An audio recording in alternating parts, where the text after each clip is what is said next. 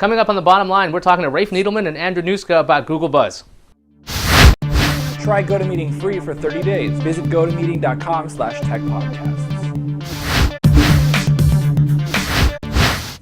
Yesterday, Google introduced Google Buzz, a service that brings social networking functions into Gmail. Rafe, you've had some time to play with Buzz. What do you make of this thing? Well, it's interesting. It's an awful lot like Twitter. It's a lot like FriendFeed. It's kind of like a light version of Google Wave, and we'll see if people take it up. I think it's a very interesting play. If you're interested in the idea of Twitter and you're big on Gmail, it's worth trying out.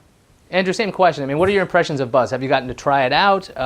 Do you like it? Do you hate it? What do you think? Well, I haven't really gotten to try Buzz. It hasn't been rolled out to my profile yet, but I'll tell you, from what I see, it looks like it's really going to grab my attention in a way that I might not want. I mean, the good news is it kind of brings social media in the way of Twitter to a larger group of people who use Gmail but maybe were afraid of Twitter or weren't sure how it works. But the bad news is, again, I only have so much attention.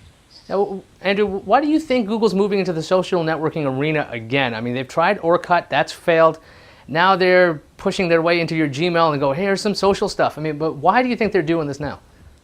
Well, honestly, I think it has to do with where the whole industry is going. I mean, Google has a lot of services that collect your information, right? And targeted marketing is the way to go. Targeted ads, targeted this, targeted services. That's really how Facebook's been doing it, and Twitter hopes to do it, right? So Google already knows quite a bit about you if you have a Google account. Why not wed it all together and make the experience a bit more relevant? Rafe, what do you think about Google's latest social networking experiment? I mean, I still think it's weird that they're bothering with this, other than the fact that they can really collect a lot of data. Oh, you like talking about televisions. Would you like to see this ad? I mean, what do you think they're doing with this? That's what it's all about. That plus understanding how people are connected to each other. I mean, the one thing that this will do is show who talks to whom. And that information, as we move towards more social search and more even tighter recommendations, that's gold. And right now, Twitter has that information. Facebook has that information. Google has it with Gmail. They have it with chat. And let's also keep in mind they also have voice and wave, but this is their shot at kind of opening up the conversation like Twitter did and collecting an amazing amount of information on how people connect to each other, which they will then sell against. Another piece of news that dropped today is Google's plan to put together a fiber network that would offer just drool-worthy speeds of 1 gigabit per second.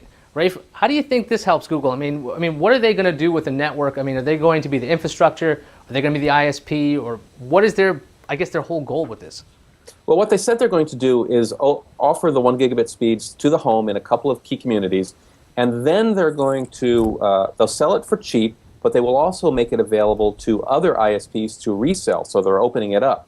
Now, what they say they want to do is improve the broadband access that we get here in the United States and hope that people build new cool apps on top of it. Now, the more cool apps that are built on top of the web, the more Google is in everybody's home and in everybody's business, the more money they make. So this is all about exposing new services that Google can exploit to more people than ever has before. Also, it gets the carriers, the ISPs, to get off the dime and actually compete with them and start to build out the high-speed broadband that we need here in the States. Andrew, I've had a couple of people already tell me they are willing to move to wherever this is going to be. Will this actually influence your next location? Will you actually go to an apartment that has Google or not? Does it actually make a difference? That's a great question. No, I don't think I'm going to move just for Google. Otherwise, I guess I wouldn't be in New York, would I?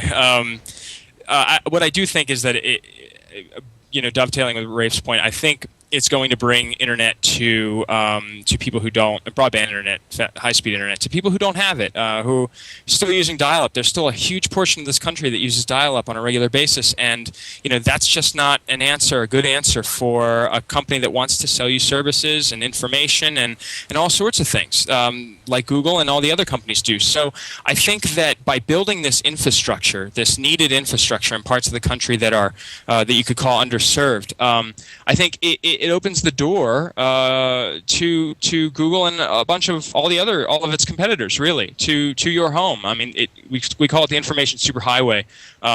We needn't forget that. Well, I think you might want to talk to Google sometime because your video froze again. I'm blaming Skype and your ISP. Guys, we're out of time. Our thanks to our guest, Rafe Needleman of Webware. You can find him almost anywhere. At CNET, Buzz Out Loud, Real Deal, Reporters Roundtable, and Andrew Nusca of ZDNet and SmartPlanet. Remember, you can watch TechV everywhere, including Justin.tv, when we live stream shows like this. And if you watch a live stream, you got a treat. I'm Isaac Hearn. Thanks for watching. This show brought to you by Zazzle. Use promo code TechVShow10 and get 10% off any order over $50 from Zazzle.com.